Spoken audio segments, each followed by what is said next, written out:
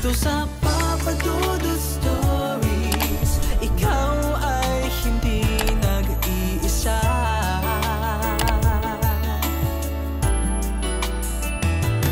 Dito sa Papa Dudut Stories, may nagmamahal sa'yo. Papa Dudut Stories, Papa Dudut Stories. Papa Dudut, normal sa mga tao na magpunta sa ospital para magpagamot at malunasan ang kung anumang nararamdaman. Pero minsan ang mga ospital din ang pinupuntahan ng mga ligaw na kaluluwa para manahan doon at maghasik ng kababalaghan. Ang sabi kasi ng ilan ay mas marami raw masasamang elemento sa mga paggamutan kumpara sa sementeryo. Dear Papa Dudut, maraming karanasan tayo na mahirap kalimutan, lalo na kung ito ay may kinalaman sa kababalaghan. Mga pangyayari na hanggang ngayon ay mahirap ipaliwanag.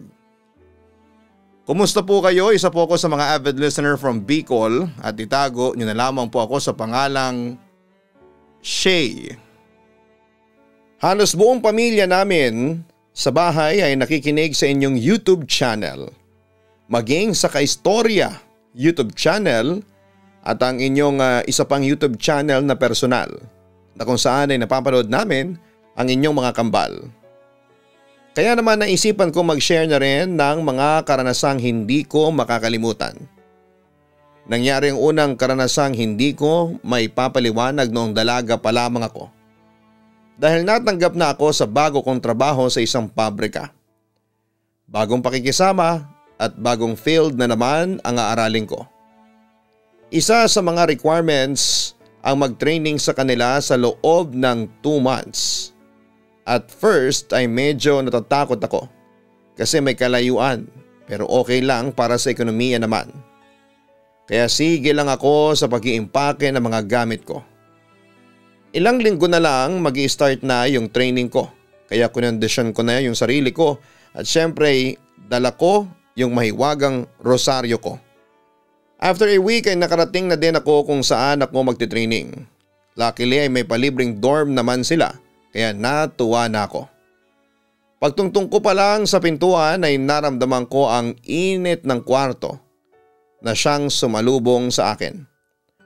After kong maibaba ang mga gamit ko ay nakita ko ang aircon so binuksan ko siya kaagad. At yung dorm nga pala namin ay isang mahaba na puro double deck. Mga 10 na double deck siya. Nakahiwalay yung babae sa lalaki pero yung CR pagbukas ko ng pintuan ng CR ay nakita ko na may kalakihan yon. 3 shower room siya, saka 3 dressing room at 4 na lababo. Then bigla na lang sumulpot yung babae kaya medyo kinabahan ako. Yun pala, kasamahan ko lang siya. Hanggang sa nagkwentuhan na lamang kami tapos ay sabay kaming pumunta sa training room namin. Pero during training ay mabigat yung pakiramdam ko. Baka kako dahil lang sa biyahe. Ang pasok naming 8 to 5 pero before 8 dapat andun ako para sa free breakfast. Pagkatapos ng pasok namin dahil first day syempre pagod ako. Kaya pagdating sa dorm ay nakatulog na ako kaagad, Papa Dudut. Akala ko noon ay magtutuloy-tuloy na yung tulog ko. Pero nagising pa rin ako ng alanganing oras. Mga 3:00 ng umaga yon at medyo nagugutom ako noon. Kaya naman nag-CR ako noon at medyo dulo na yung kama ko. Malapit sa pintuan palabas. At halos lahat ng kama na dadaanan ko kapag magsi-CR ako. Ewan ko ba kung bakit bumigat na naman yung pakiramdam ko paglabas ko ng CR. At ang sabi ko ay itutulog ko na lang. Pero naalala ko na may tinapay nga pala ako sa bag kaya naman kinuha ko yon at kumain ako sa kama ko. Pero habang kumakain ako ay nakaramdam na naman ako ng bigat sa likod ko. Kinakabahan na ako kasi alam kong hindi na normal pero hindi ko na lang pinansin. Ayoko rin naman kasing takutin ang sarili ko. Kinaumagahan ay maaga kaming gumising para maligo. Kwento-kwento sa mga kasama ko habang nag-aayos sa CR. Medyo maingay kami noon tapos bigla na lang sumara ang pintuan. So hindi namin pinansin kasi nga madami naman kami kahit medyo nakakagulat talaga. Pero lumilipas yung araw na hindi nawawala yung sakit sa likod ng katawan ko. Kaya naman nung off namin ay nagpamasahe ako, Papa Dudut. Pero tulad ng inaasahan ko ay hindi pa din mawala-wala yung sakit sa likod ko. At andun pa din siya pero tiniis ko na lamang. Lumipas yung araw ko sa dorm at medyo nagkakapasa na yung mga balikat ko and everyday naging routine ko na ata na magising ng alanganing oras, Papa Dudut. Isang madaling araw noong nagising ako. Naramdaman ko na may kung anong humawak sa paa ko pero hindi ko pinansin at instead ay umihi na lamang ako. Pagbalik ko ng bed ko ay nakita ko yung kumot ko na nakapulupot sa gilid. So tulad dati hindi ko yon pinansin. Parang 12 araw ko na sa training nang medyo nakakarinig na ako ng kwento mula sa mga kasama ko na may humahawak daw sa paa nila habang natutulog sila. Yung isa binangungot na daw siya. So ako naman deadma lang pero yung sakit sa balikat ko ay hindi nawawala. Hanggang sa napansin ng kasama ko na namumula na daw yon at nagpapasana. Kaya naman nag-off ako. Hindi na ako nakatiis at nagpatawas na ako and to find out na may naglalaro pala sa akin sa dorm. Yung nararamdaman ko palang sakit sa may likod ay may lalaking nakakbay sa akin. At kung makikita din yung pasa sa likod ko ay medyo hugis kamay na parang daliri ng mga kamay.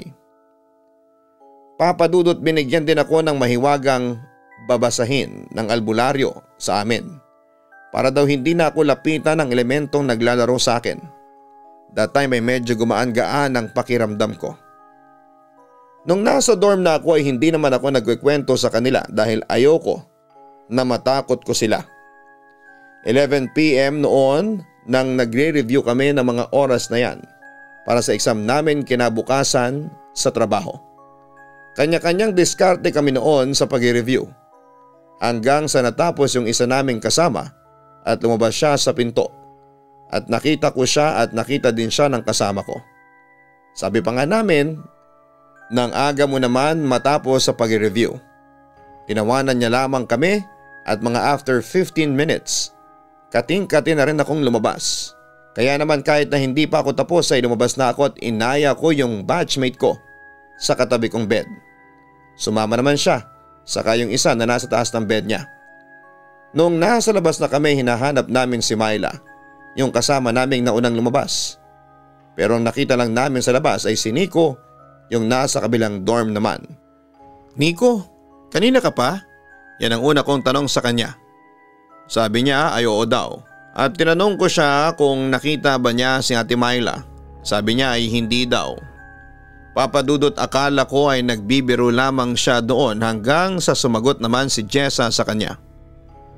Anong hindi ka dyan? Kanina pang lumabas si Ate Myla. Kaya nga lumabas na rin kami. Wika ni Jessa. Tumawa naman si Nico sabay sabing, men, kanina pa nga ako dito at wala si Ate Myla ninyo. Tingnan nyo kasi sa loob. Imposibleng hindi ko siya makikita kasi nandito lang ako sa pintuan ninyo. Wika ni Nico. Nagtawanan kami ng mga kasama ko sabay sabing, sige, tingnan ko sa loob ha. Pumasok ulit sa loob si Jessa para hanapin doon si Ate Myla at ilang minuto lang ay lumabas na siya kaagad. Sabay sabi sa amin na hoy, nasa loob nga si Ate Myla at galing siya sa CR. Kaya naman laking pagtataka ko kasi nakita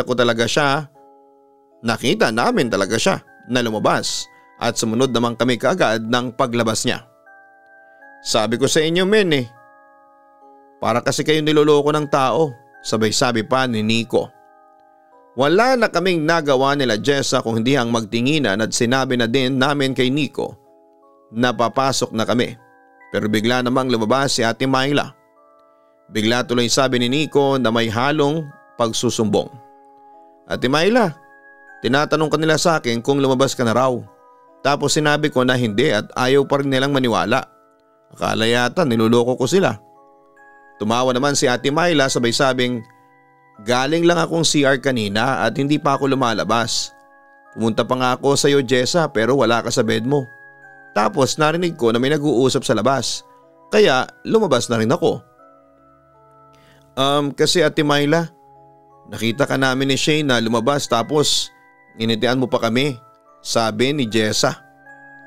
Oo nga Ate Myla, nakita ko yung pintuan na bumukas at hindi ko lang sinilip pero ang tagal mo pang isara, dagdag pa ni Rhea. Bumukas nga yung pintuan ninyo kasi akala ko may lalabas. Bawal naman kaming sumilip dyan kaya sinarado ko na lang, ang sabi pa ni Nico.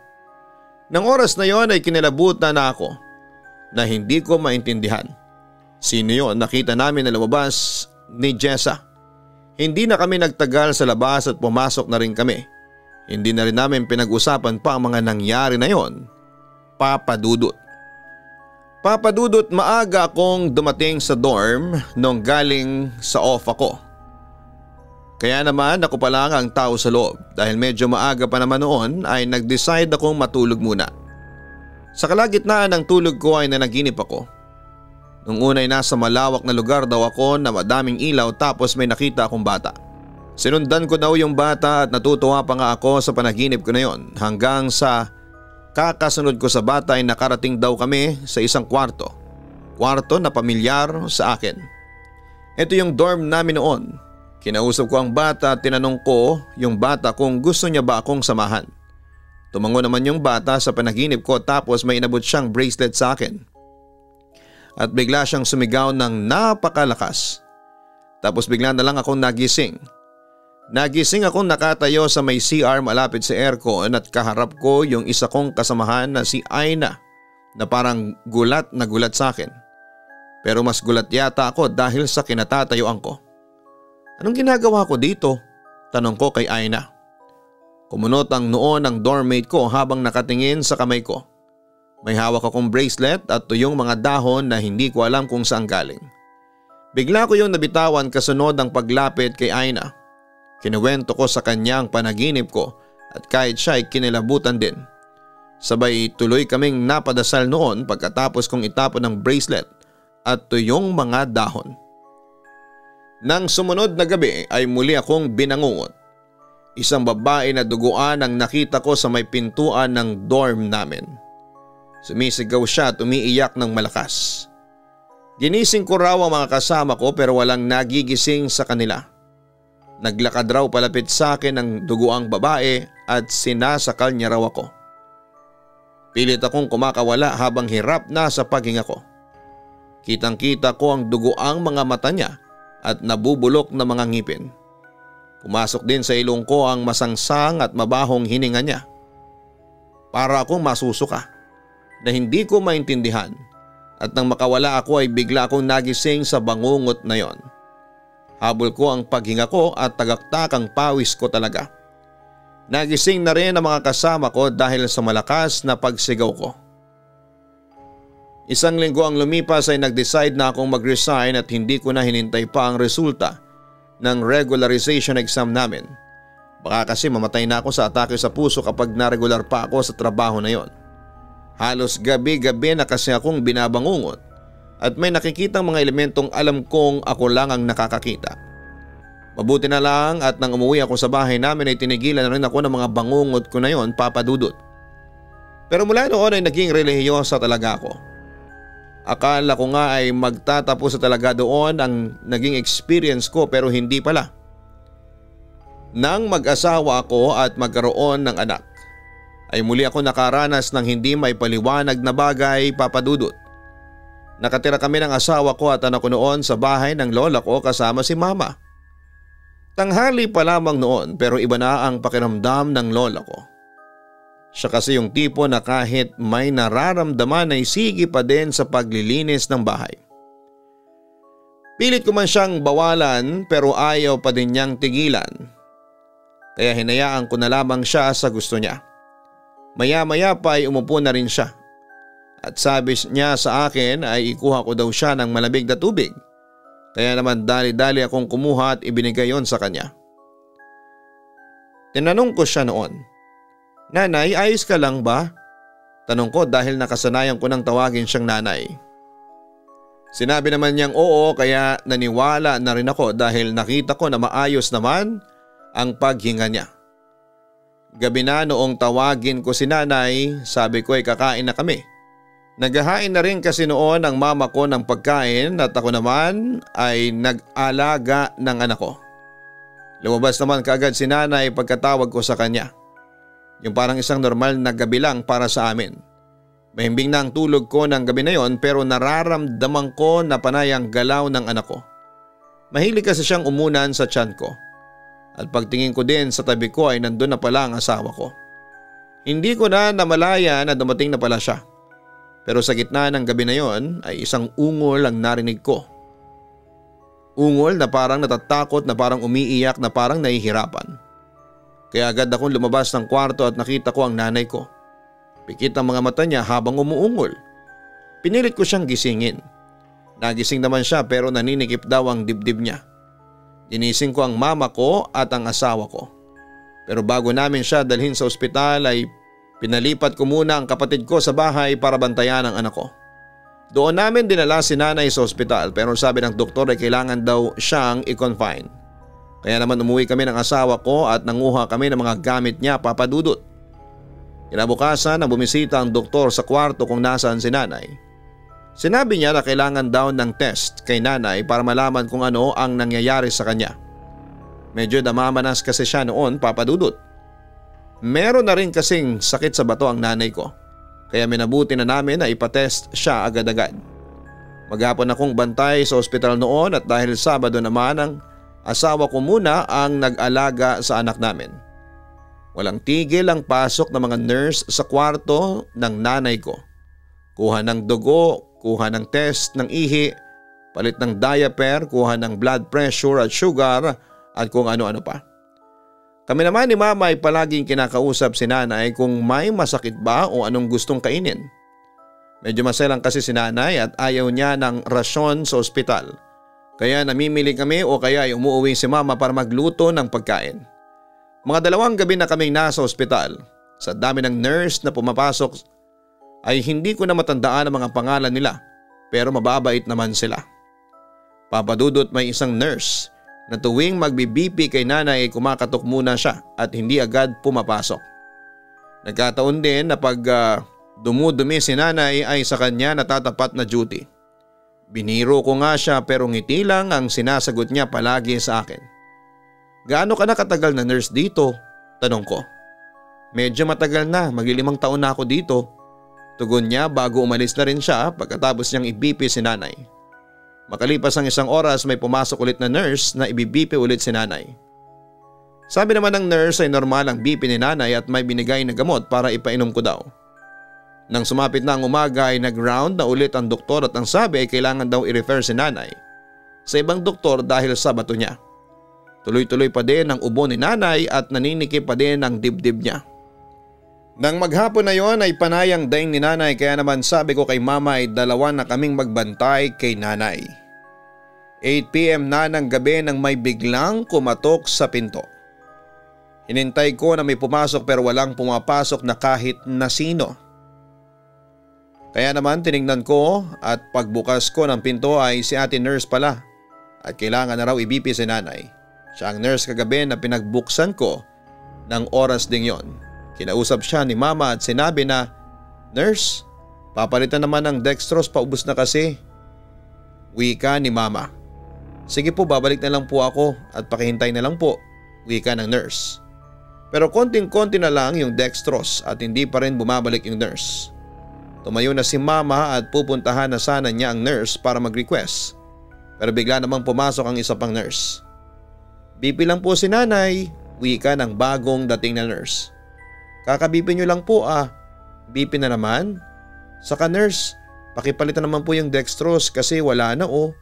Inutos ko na sa nurse kanina.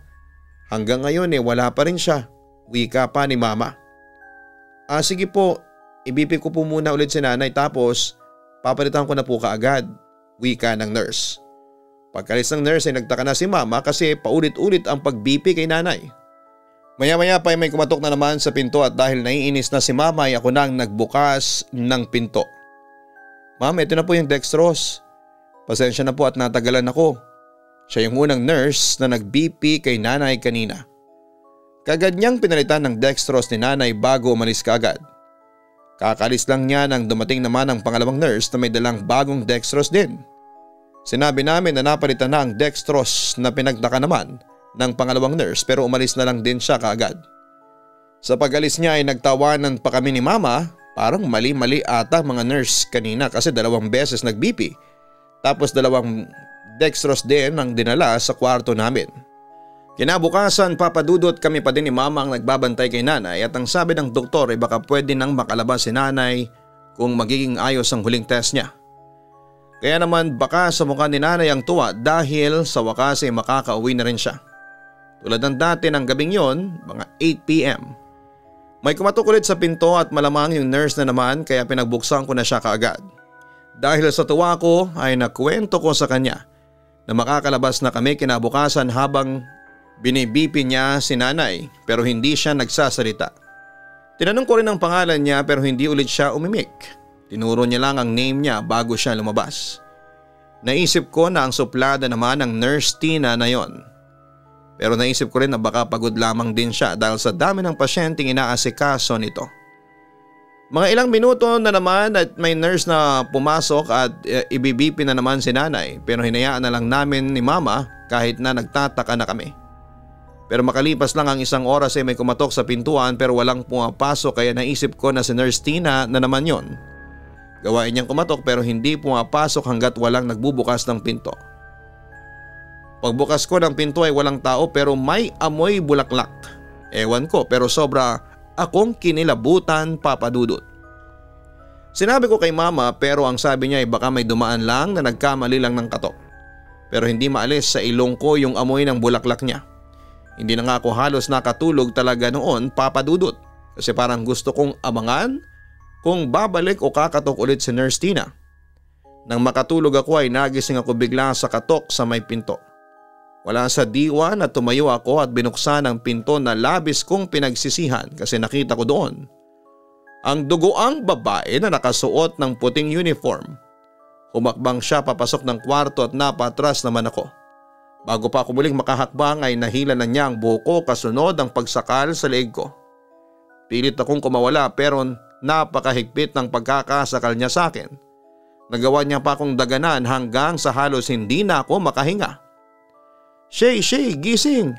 Binabangungot ka! Boses ni mama na gumigising sa diwa ko. Papadudot doon lang ulit ako nagising ng ganon kabigatang nararamdaman ko sa dibdib. Pakiramdam ko ay parang totoo ang panaginip ko.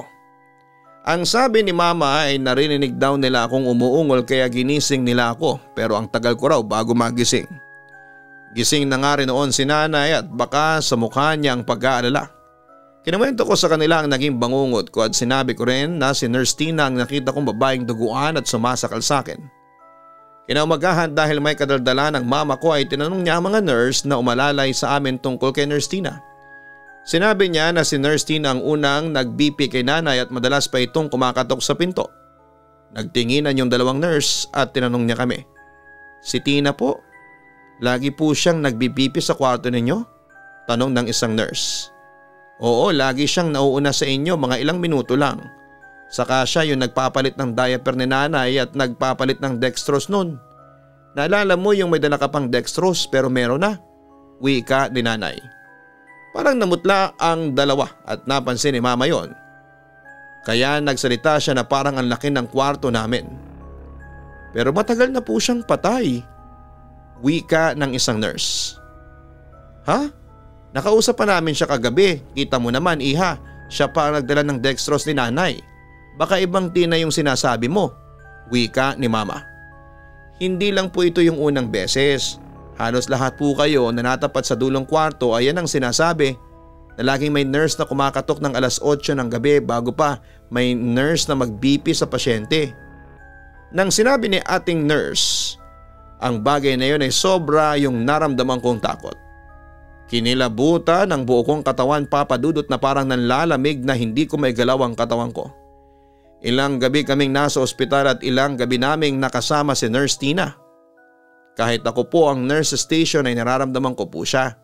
Minsan po pag naiidlip ako, may nagaradyo sa aking boses na babae at pinapupuntahan ko naman po sa sinasabi niya ay wala naman akong nakikita. Dagdag pa ni ating nurse. Parang may kung anong hangin akong naramdaman kahit tanghali na noon ay iba pa din ang pakiramdam ko. Pagka-uwi namin sa bahay ay sinabi ko sa lola ko na huwag na siyang magpapa-hospital ulit dahil baka balikan pa siya ng nurse Tina na yon. Kahit si mama na madaldal ay panandali ang natahimik dahil naisip daw niya yung sinabi ng mga nurse at yung kumatok kagabi na wala naman akong nakita pero nangamoy bulaklak. Anak, baka sa nurse Tina yung naamoy mo kagabi, sabi ni mama. Mas lalo akong kinilabutan nung sinabi niya yon. At sa pagtatanong ko din sa ibang mga nurse na kilala kong na-assign doon sa ospital na yon, sinasabi nila na nakakakilabot daw talaga ang kwarto sa dulong yon kung saan kami namalagi ng ilang araw. Minsan nakakarinig daw sila ng tunog na pang BP, tumutulong gripo na parang may naguhugas. Meron ka ding maririnig na nagsusulat at parang tunog ng thermometer. Tila hindi pa rin natatahimik ang kaluluwa ni Nurse Tina. Nakakatakot man ang nangyari kay nanay ay tila mas nakakatakot ang mga nakasalamuha niya o mga nakasamang mga multo sa loob ng ilang araw sa ospital. Dito ko na rin po tatapusin ang sulat ko. Lubos na gumagalang, Shay. Mga kaistorya, hindi naman lingid sa kalaman ng karamihan ay may mga bagay na mahirap pong paniwalaan. Bukod sa mahirap isipin na imposible itong mangyari, ay wala tayong konkretong ebidensya para maniwala sa mga kababalaghang nararanasan natin. Tulad na lamang ng letter sender natin na si Shay. Hindi siya nagpapaniwala sa mga multo o kahit na anumang kakaibang nilalang sa paligid kung hindi pa mangyayari sa kanya ang ganong klaseng nakakakilabot na pangyayari ay hindi siya maniniwala rito. Yaman din lamang na may mga taong masigit na naniniwala sa nakikita ng mga mata. Hindi pa rin naman natin mayaalis sa iba na may mga bagay talaga tayong hindi maipaliwanag. Lalo na kung hindi ito ang kadalasang nangyayari sa atin. Ipinapanalangin ko na lamang na naway matahimik na ang kaluluwa ni Nurse Tina para makapamuhay na ng matiwasay si Shay kung sakali mang may maganap ulit na ganong klaseng pangyayari sa buhay niya. Sana'y hindi siya matakot sa mga nilalang na ito na nais lang naman ay makahanap ng taong mahihingan nila ng tulong. Huwag kalimutan na suportahan po ang isa pa naming channel. Nakakaunti pa ang mga nanonood ang Kaistorya YouTube channel. Ganon din ang aming bagong channel, ang Gianna Vlogs. Maraming salamat po sa inyong lahat.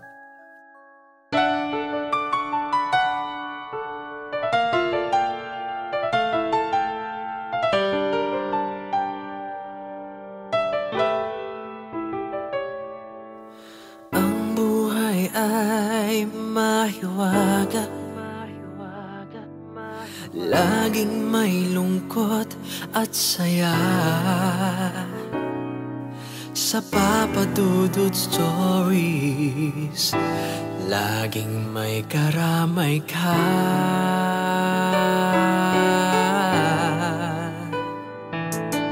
Mga problemang kaibigan, dito ay pakikinggan ka. Sa Papa Dudut Stories, kami ay iyong kasama. Dito sa Papa Dudut Stories, ikaw ay hindi nag-iisa.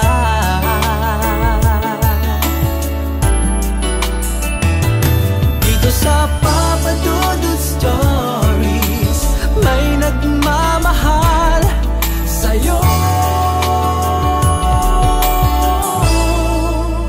Papa Dudut Stories, Papa Dudut Stories, Papa Dudut Stories. Hello mga ka-online, ako po ang inyong si Papa Dudut. Huwag kalimutan na mag-like, mag-share at mag-subscribe.